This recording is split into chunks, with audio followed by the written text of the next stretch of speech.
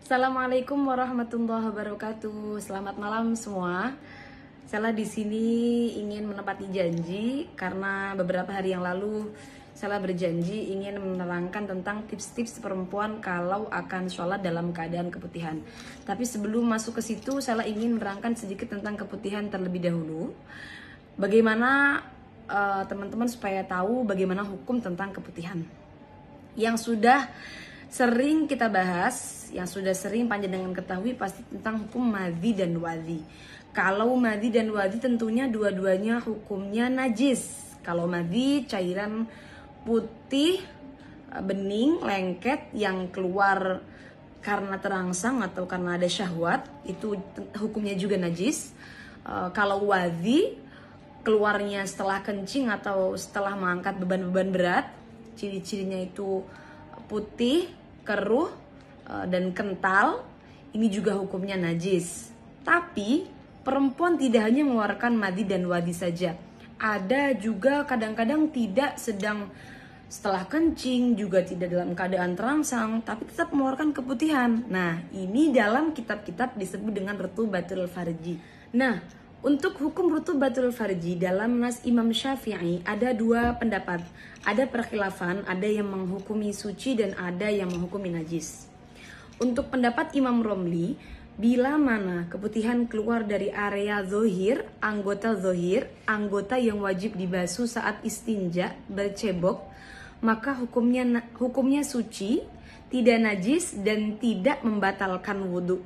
Namun kalau keluar dari area batin, area yang tidak wajib disucikan saat istinja atau tidak nampak saat duduk jongkok, maka ini hukumnya najis dan tentunya membatalkan wudhu.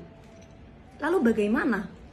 Perempuan kalau setiap hari mengalami keputihan menyikapi tentang perkhilafan ini. Alangkah baiknya menurut kami adalah mengambil langkah ihtiyat atau berhati-hati dengan beberapa pertimbangan. Perempuan mengeluarkan keputihan tidak hanya cairan bening saja, kadang bahkan berwarna kuning, keruh, atau bahkan ada yang terinfeksi bakteri sampai berwarna hijau. Maka alangkah baiknya untuk mengambil hukum najis dalam menghukumi keputihan. Kemudian yang kedua, perempuan tidak tahu dari mana area keluar keputihan yang ia alami. Maka alangkah baiknya juga mengambil hukum ihtiyat, sehingga karena kalau mengambil hukum ihtiyat, maka berarti hukumnya najis. Ketika akan sholat harus disucikan dulu, harus dibersihkan dulu, harus istinja secara sempurna, baru melaksanakan sholat. Tidak sah sholatnya perempuan yang membawa keputihan yang hukumnya najis.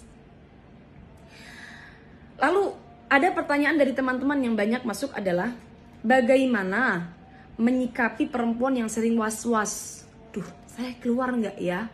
Saya keluar nggak ya? Kayak keluar keputihan. Kadang pas dicek nggak ada seperti itu.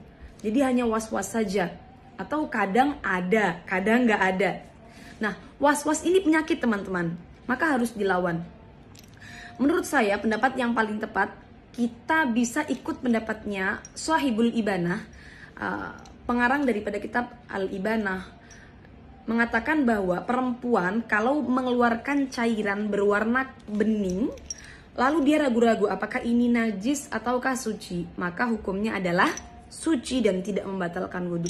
Jadi mantapkan hati bahwa jangan-jangan yang keluar itu bukan keputihan bahkan, tapi sisa cairan istinja, sisa cairan cebok. Tentunya ini tidak membatalkan wudhu dan tidak najis hukumnya.